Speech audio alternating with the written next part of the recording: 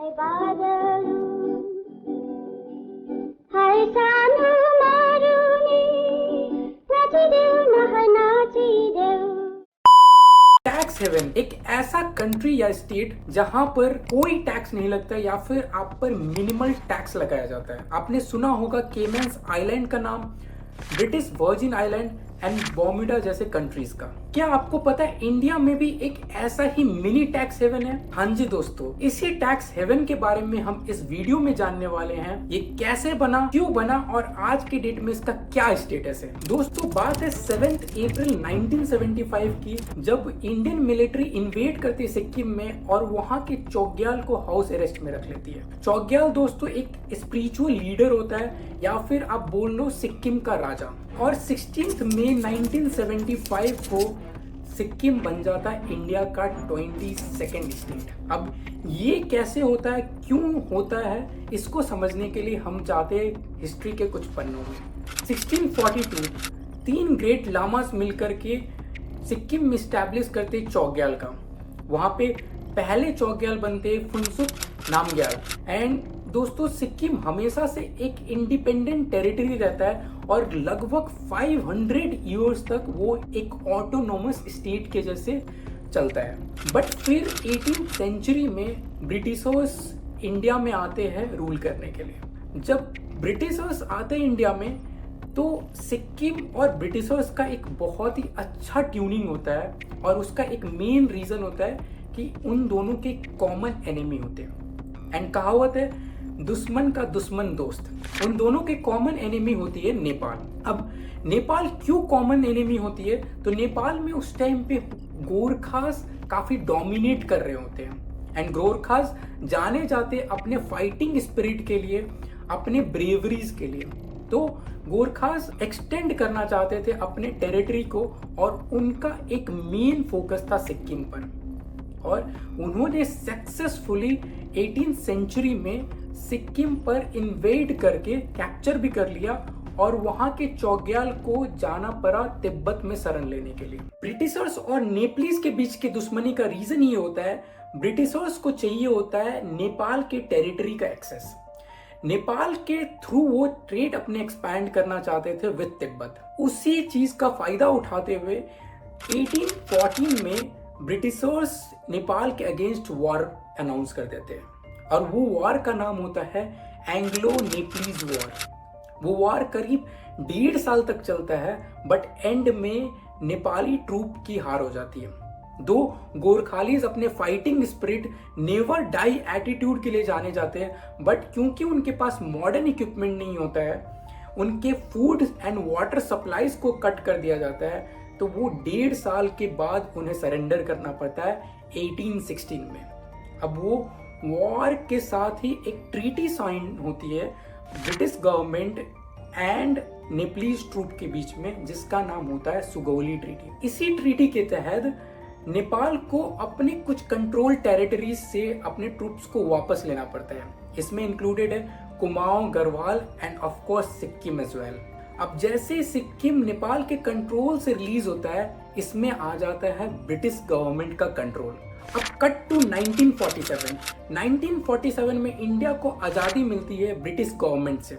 अब जैसे ही आज़ादी मिलती है, इंडिया के फर्स्ट प्राइम मिनिस्टर बनते हैं जवाहरलाल नेहरू। अब इसमें एक बहुत ही बड़ा कंफ्यूजन होता है कि सिक्किम एक इंडिया का स्टेट बनेगा या फिर ये एक एक्सटर्नल प्रोटेक्टोरेट रहेगा।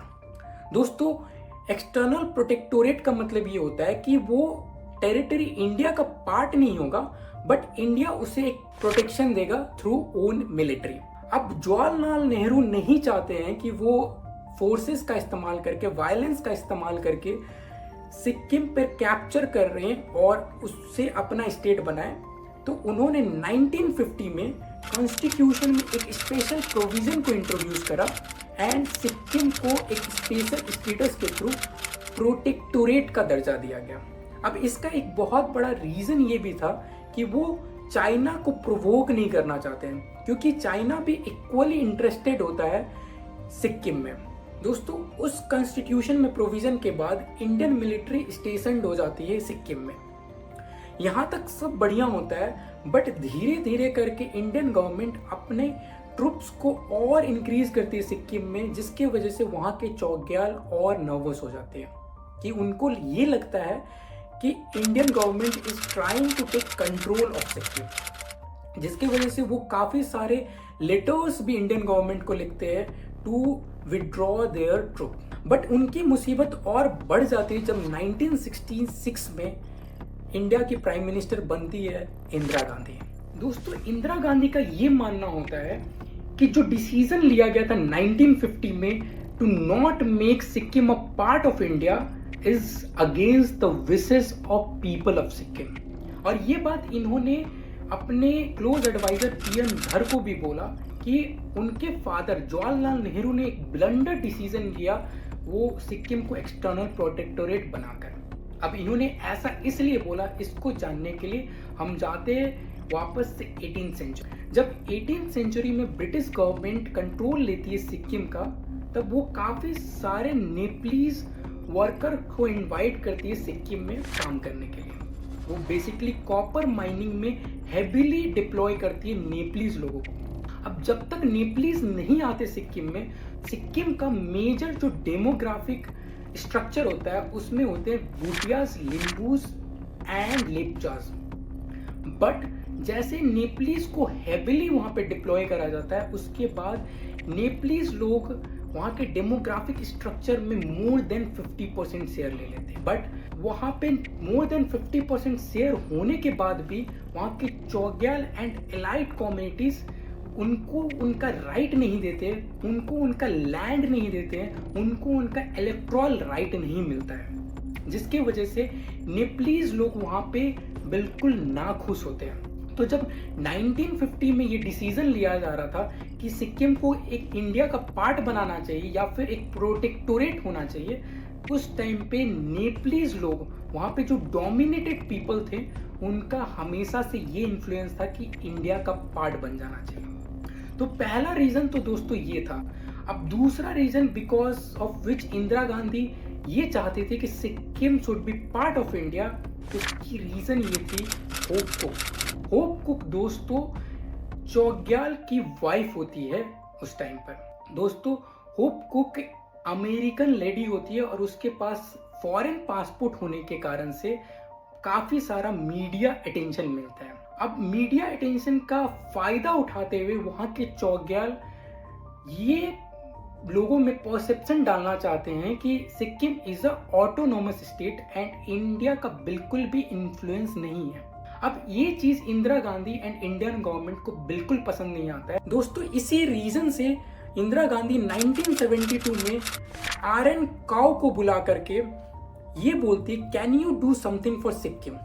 दोस्तों, RN काओ वही इंसान है जो कि इंडिया में रॉ का एस्टेब्लिशमेंट करते हैं एंड RN काओ बिल्कुल इमीडिएटली अपने काम को शुरू कर देते हैं सिक्किम में। अब उनके पास दो ऑप्शन होता है, या तो वो एक वायलेंस, एक ट्रूप या फोर्स का इस्तेमाल करके सिक्किम को कैप्चर करते, दूसरा उनके पास ये ऑप्शन था कि वो डिप्लोमेटिक तरीके से या फिर एक स्ट्रैटेजिक वे में सिक्किम को अपना इंडिया का पार्ट बनाते। और उन्होंने चूज करा सेकेंड ऑप्शन, बिकॉज अगर वो फर्स्ट ऑप्शन में जाते तो बहुत हेवी चांसेस था कि चाइना नाखुश होता और चाइना भी इन्वेड करने का कोशिश करता और एक ग्लोबल लेवल पे भी इंडिया की इमेज खराब होती। अब वो इमीडिएटली काम करना शुरू कर देते हैं वहाँ के ऑपोजिशन लीडर्स के साथ। अब वो ऑपोजिशन लीडर्स को ये आश्वासन देते हैं कि हम आपके साथ हैं, हम आपको पूरा फाइनेंशियल सपोर्ट देंगे, पूरा लॉजिस्टिकल सपोर्ट देंगे, आप जो वहाँ के चौग्याल हैं उसके अगेंस्ट प्रोटेस्ट करो। अब ऑपोजिशन लीडर्स में इसी रीजन से बहुत कॉन्फिडेंस आता है और वो अपने प्रोटेस्ट को डे बाय डे इंक्रीज करते हैं एंड 1973 4 अप्रैल को वो प्रोटेस्ट एक बहुत बड़े रूप में टर्न आउट होता है एंड चौग्याल के पैलेस के आगे बहुत ही बड़ा क्राउड जमा हो जाता है एंड वो प्रोटेस्ट एक वायलेंट रूप भी ले लेता है, जिसकी वजह से चौग्याल को इंडियन गवर्नमेंट की हेल्प लेनी पड़ती है एंड अल्टीमेटली इंडियन गवर्नमेंट, वहाँ के चौग्याल और ऑपोजिशन लीडर एक अग्रीमेंट में आते हैं, जिसके बाद 1 साल के बाद वहां पे इलेक्शन कराया जाता है। उस इलेक्शन के बाद सिक्किम में बनता है चीफ मिनिस्टर ऑपोजिशन का leader. But this also does not help, क्योंकि सिक्किम में स्टिल जो हेड ऑफ स्टेट होता है दैट वाज चोग्याल। तो क्योंकि इंडिया का पर्पस अभी भी नहीं सॉल्व होता है, तो 7 अप्रैल 1975 को अपने मिलिट्री ट्रूप को भेज करके वहां के चोग्याल को हाउस अरेस्ट कराते हैं। काफी सारे लेटर्स भी एक्सचेंज होते हैं सिक्किम, चोग्याल और इंडियन गवर्नमेंट के बीच में, बट नथिंग हेल्प्स। इसके बाद 26 अप्रैल 1975 में इंडियन कॉन्स्टिट्यूशन को अमेंड करा जाता है और प्रोविजन लाया जाता है, जिसके बाद सिक्किम बन जाती इंडिया की 22nd स्टेट। अब इतना ही नहीं दोस्तों, इंडियन गवर्नमेंट एक रेफरेंडम भी कराती है सिक्किम में। दोस्तों, रेफरेंडम एक ऐसा क्वेश्चन है जो आप पब्लिक से पूछते हो, जिसका आंसर या तो यस होगा या तो नो। दोस्तों, क्वेश्चन ये होता है कि क्या आप सिक्किम को इंडिया का स्टेट बनाना चाहते हो या नहीं चाहते। And surprisingly out of 61,500, 60,000 people voted in favour of India. And that's why 16 मई 1975 को सिक्किम बन जाता है इंडिया का एक फॉर्मली 22nd स्टेट। अब दोस्तों, जब ये सारा प्रोसीजर चल रहा था स्टेट बनाने का, तो इंडियन गवर्नमेंट ने काफी सारे प्रॉमिसेस करे सिक्किम के लोगों के साथ, और उसमें एक बहुत बड़ा प्रॉमिस ये था कि आपके ऊपर हम इनकम टैक्स नहीं लगाएंगे। अब दोस्तों, इनकम टैक्स एक्ट उस समय ऑलरेडी इंडिया में आ चुका था, जिसके बाद हर एक लोगों पे इंडिया में इनकम टैक्स एक्ट एप्लीकेबल था। तो इंडियन गवर्नमेंट को इनकम टैक्स एक्ट में भी अमेंडमेंट करना पड़ा and section 1 of income tax act में एक प्रोविजन लाना पड़ा जो ये लिखा, income tax act shall apply to whole of India except Sikkim. दोस्तों, सिक्किम के लोग काफी खुश होते इस प्रोविजन से, क्योंकि उनके कोई भी इनकम पर किसी भी तरीके का टैक्स नहीं लगता था। अब इनकी खुशी बट अनफॉर्चुनेटली ज्यादा टाइम तक चलती नहीं है, क्योंकि 1989 में शंकर राव जो फाइनेंस मिनिस्टर होते उस टाइम पर एक फाइनेंस एक्ट लाते हैं, जिसके बाद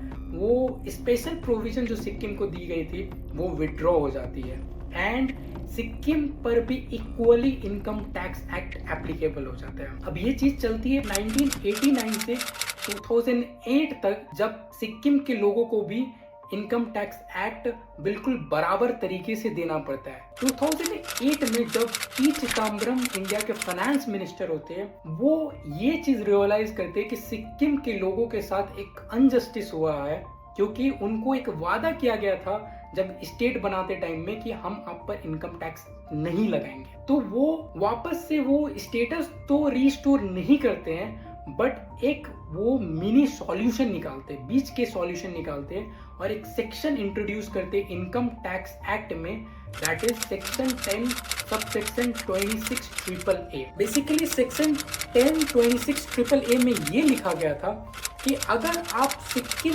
ओरिजिन के हो और अगर आप कोई भी इनकम सिक्किम में कमा रहे हो तो आप पर कोई भी टैक्स नहीं लगेगा।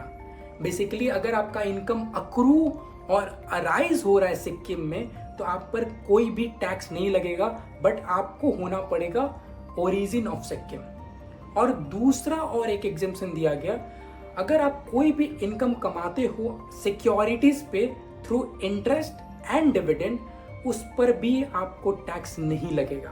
बट उसमें एक एक्सेप्शन ये था कि अगर एक Sikkimese women non Sikkimese main से शादी करती है आफ्टर 1 अप्रैल 2008 तो उसको कोई भी एग्जेम्पशन नहीं मिलेगा। दोस्तों, ये प्रोविजन बनने के बाद ये मैटर सुप्रीम कोर्ट में जाता है एंड सुप्रीम कोर्ट इससे बिल्कुल खारिज कर देता है कि अगर कोई Sikkimese women non Sikkimese main से शादी करते हैं तो बस इस ग्राउंड पे आप उसका एग्जेम्पशन, आप उसका बेनिफिट विड्रॉ नहीं कर सकते हो, क्योंकि ये against the article 14 of constitution है।